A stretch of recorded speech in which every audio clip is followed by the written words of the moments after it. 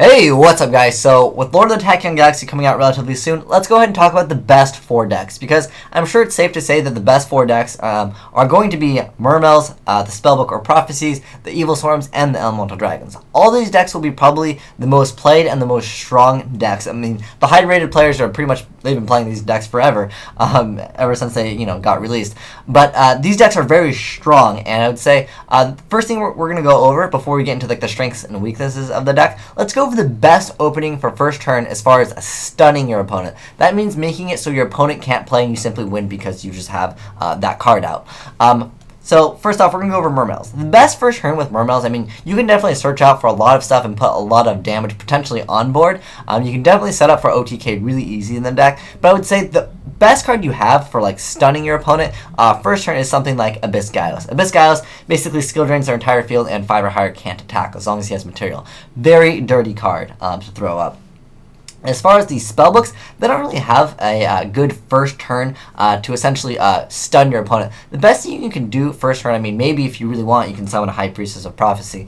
But generally, the first turn usually ends up with Judgment Day, activating a bunch of spells, setting yourself up to generally OTK the next turn because you have your Wisdom to potentially protect yourself from any back row that might hurt you.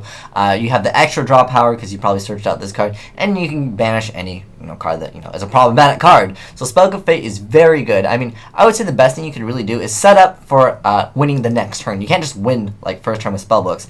I mean, you can add a lot of cards to potentially win the next turn. You can have a very high chance essentially at doing it. But the best thing you can do, I would say, to hurt your opponent is set like a Spellbook of Fate and go through a bunch of cards. Most of the spellbooks, they have the effect of you can only activate, you can only activate one Spellbook of Fate per turn. They always have that effect. Except for, there is Spellbook of the Master that can copy any of them, but you can't copy Fate because it has to be a normal spellbook, or it has to be a normal spell card.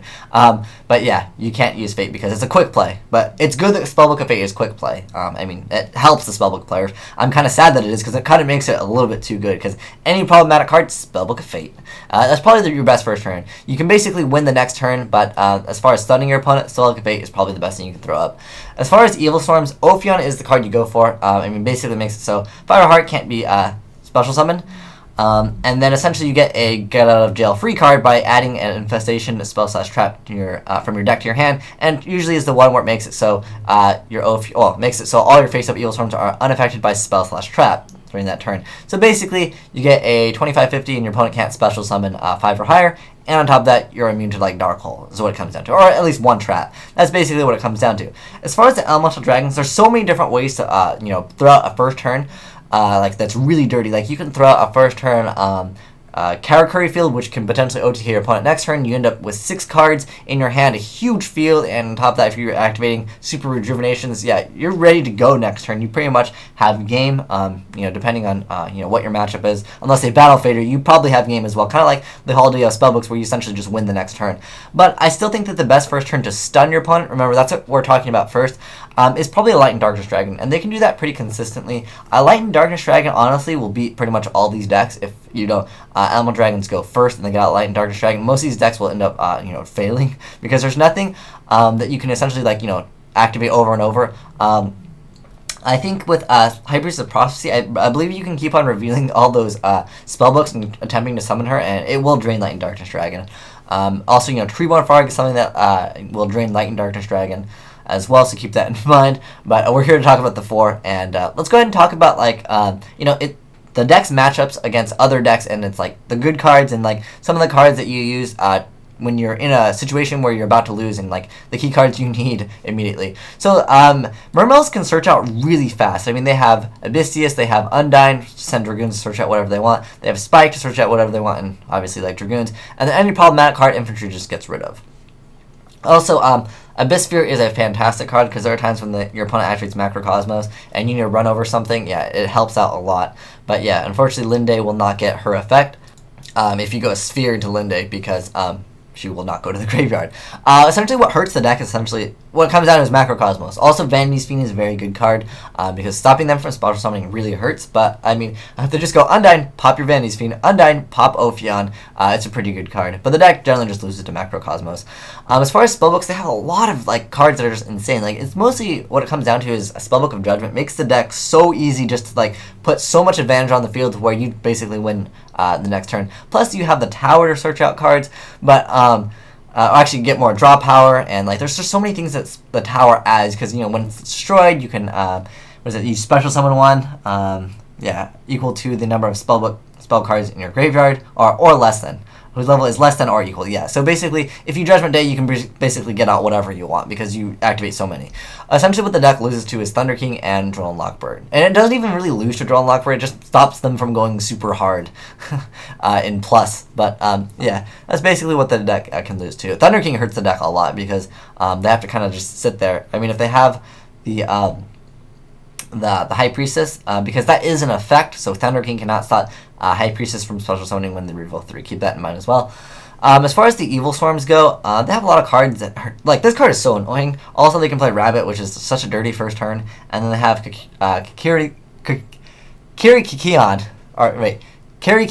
is the... I think it's how it's pronounced. But yeah, this card's actually pretty good too. It makes you not go minus, but it's not like a good first turn opener. It's more like after you've essentially already went for your play, but he's definitely a card that is good.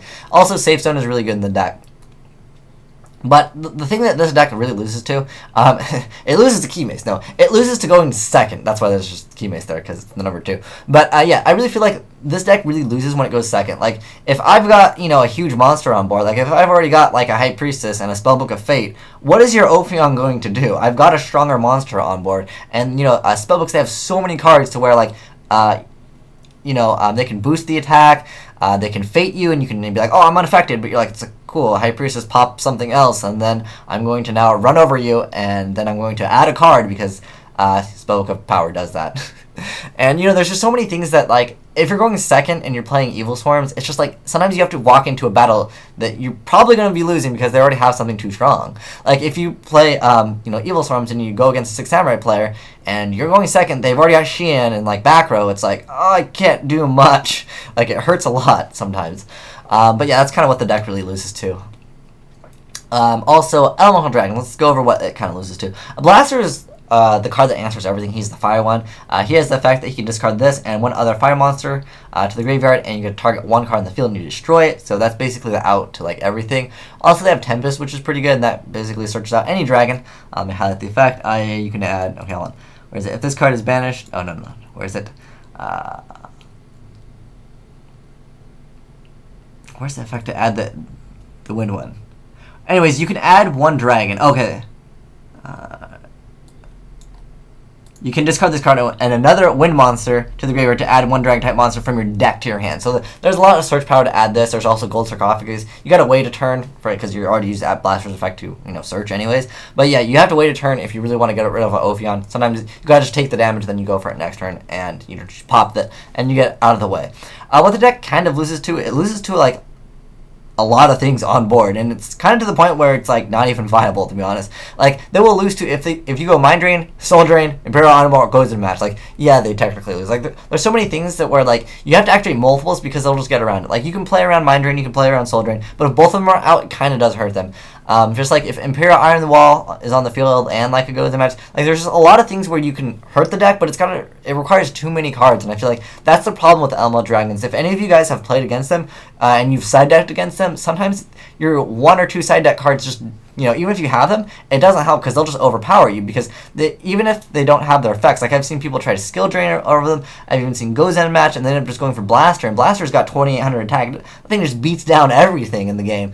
So that's kind of the problem with Elemental Dragons is like even if you side deck sometimes, they can still like overrun you. The deck kind of does get hurt to Valor, I guess, but like since you can just keep on going for more cards, it's like you Valor me, oh it's cool, I'll just go for more Elemental Dragons, go for more Big Eyes, more Draco Sacks, I'm going to beat you anyways.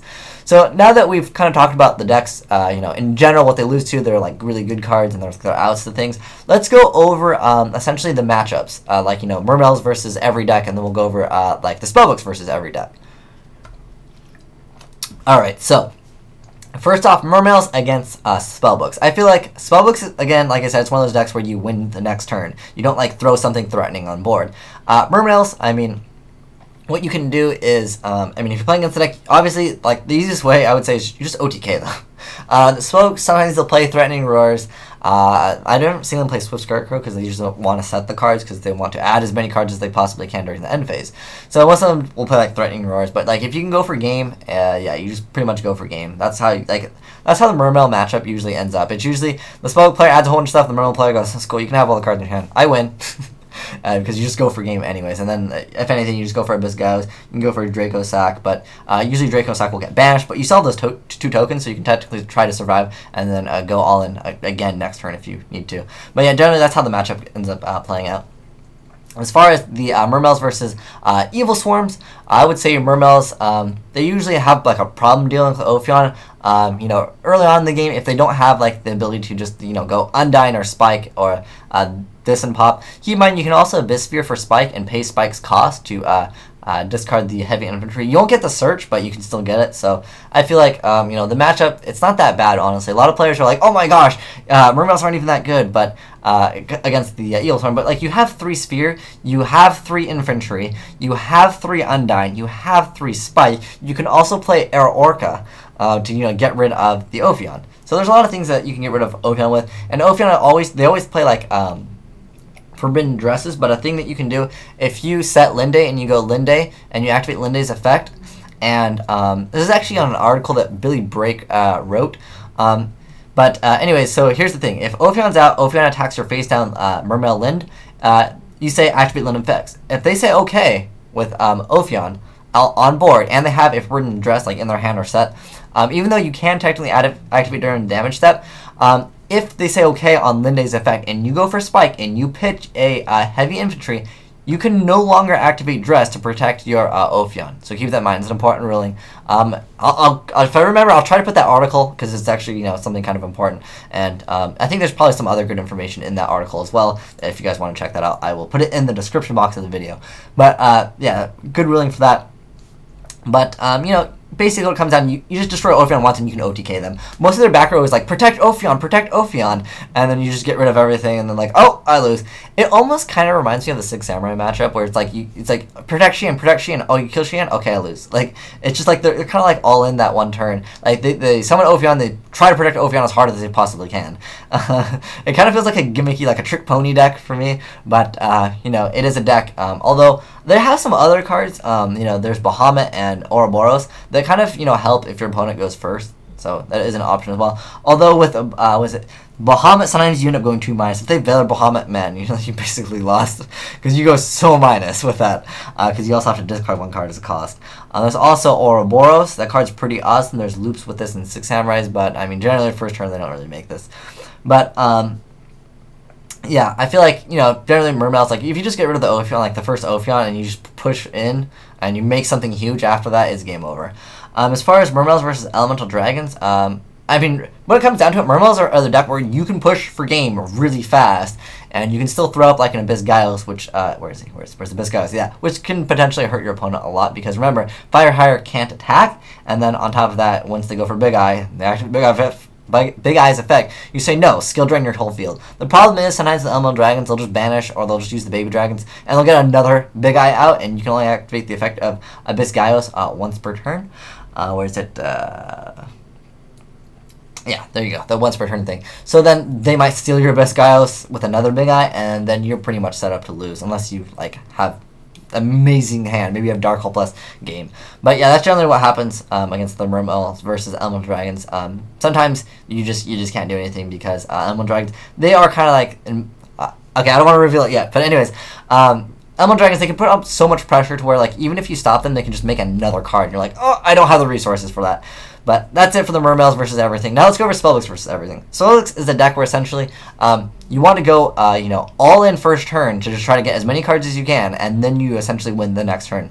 And that's just kind of how it plays. Against Mermails, you lose when they OTK you. Against this deck, this card is a problem, but you can activate, remember you have Fate, you have, what's that card? This card! Oh my gosh, Star Hall! I've seen, was it Spellbook Magicians with like so much attack where it doesn't even matter. They don't even need anything, because, you know, they've got so many counters on Star Hall. Like, they activate multiple Star Hall. Can you activate multiple Star Hall? Okay, I think, yeah, you can activate multiple Star Hall per turn. Most of the Spellbooks it's like once per turn. But Star Hall, you can activate as many as you want. I've seen Star Hall with 15 counters. Oh my gosh, yeah. Like I said, they can boost their attack so much where, like, Ophion, who cares about Ophion? You have Lance, you have Dress, it doesn't matter. Any card I summon has plus 3,000 attack. So, you know, depending on your matchup, Spellbooks, if you have, like, the Star Hall, you can basically run over everything. Pretty easy. And then as far as, like, the Evilswarm matchup, yeah, you usually use, like, 2 cards, and you need, like, you need a summon plus a power, and then maybe, like, I mean, Justice, I think, has 1,600 attack. Let me just double check on that real quick. Justine? Justice of Prophecy, let me find her really quick. I believe she has 1,600 attack. There she is, 1,600. So, with Spellbook Power, she's 26. That runs over Ophion. So, that'll get the job done. Then you can search out, and then no worries for that. But generally, yeah, you'll have to use maybe 2 cards to get rid of Ophion, and if not, like, Evilswarms can't really OTK, like, that easy. Like, they'll have to open it, like, Reborn, Rabbit, and, I don't know, Mind Control, I don't know. They need so many cards to OTK, like, it's not really viable for them to OTK. So, usually, you have a few turns to just, you know, set up, you know, get like, all your 3,000 counters on this card, make it, you know, so you can run over everything in the game. As far as Spellbooks versus E-Dragons, Spellbooks, like I said, they're a deck where you can't, like, win, like, first turn. You can set up to where you win the next turn. And E-Dragons can just, they can OTK you, they make Draco Sectors to survive, and then you Priestess, and you kill everything. And then, essentially, if they survive, they're just going to Big Eye you, and, you know, you still have your Spellbook of Fate, which is, like I said, one of the best cards in the deck to, like, hurt your opponent from making plays. But then Elemental Dragons can just overpower you. They'll just, like, make more cards, and that's kind of the problem. And then, like, after you've went through, like, you know, a lot of your cards sometimes in Spellbooks, I've seen Spellbook players go through so many cards to where, like, they just don't have any more cards. They've exhausted their entire deck. They use, like, all their outs to everything, like, really fast. A lot of, like, the, you know, Spellbook players that are kind of, like, not necessarily new to the game, but, like, they're just, like, I don't know what to say, like, basic players. Like, they're not, I don't want to say, like, not good at the game, because, like, I guess I could say, like, less experienced. Like, they'll use too many of their resources. They'll use all their fates, or they'll discard them, or they'll just, like, use too many of their resources, and they'll just, like, literally run out of cards to, like, actually use, because they end up just, like, drawing through so many cards and just like, oh, I don't care, just discard these, I'm gonna win next turn. That's essentially how, like, Spellbook players usually end up losing. But anyways, now let's go over, like, the Evilswarms. Like I said, going second is not that great in this deck, because, like, if they already have a big monster. But, like I said, you do have these cards. Like, against Mermails, I mean, you basically make Ophion and you try to protect it as hard as you can. And the matchup is the same for everything. It's literally make Ophion and protect it as hard as you can. If Ophion dies, you usually end up losing. Because after Ophion dies, if they get out something, like, stronger, you don't really have that many options. I mean, you can go for any rank 4 Exceed monster. The best rank 4 Exceed for attack is probably Gaga Gunman, which is 3,000, but then, like, after you've attacked with it, it's 1,500, and you can't activate the effect during your opponent's turn. So really what it comes down to is, like, you make Ophion and you hope for the best. Now, for Elemental Dragons. Elemental Dragons versus Mermails, you make a lad, you win. Elemental Dragons, they can push so hard to where even if the Mermail player pushes, like, hard, really hard, makes a Gaios, has, you know, multiple back row, you can still just finish them off because you steal everything. It's happened so many times when I was playing Mermails, and, like, the E-Dragons, they can push too hard, and, like, even if you stop them, they're just going to keep on making more cards. That's really what it comes down to. But, as far as against Evilswarm, I mean, like I said, Evilswarm isn't a deck that can OTK too fast, so what you generally do is you just Gold Sark for Blaster, you go ahead and take some damage, or you can set some of the baby Elemental Dragons. One of them has good attack. I forgot which one it was. One of them has a decent amount of attack. But, you know, you could set that one, do whatever you want to do, and then, you know, you Gold Sark for Blaster, and you hope Blaster effect goes off before they can, you know, have the safe zone. Because if they have the safe zone, yeah, it's pretty much a game that you probably end up losing. Because, like, the deck doesn't have very many outs. I would say Elemental Dragons probably have kind of a bad matchup against Evilswarm, sometimes depending on their hand.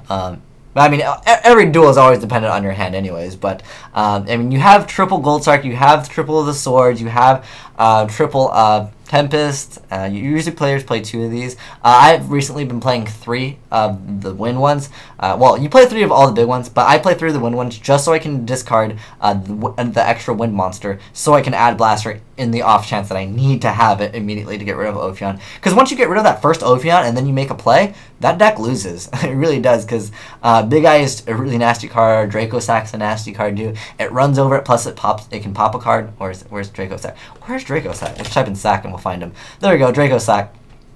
2600 attack, and you know it has effect once per turn it can pop something, but it can't attack during the same turn it pops. But still a very nasty card for, you know, a lot of decks to deal with.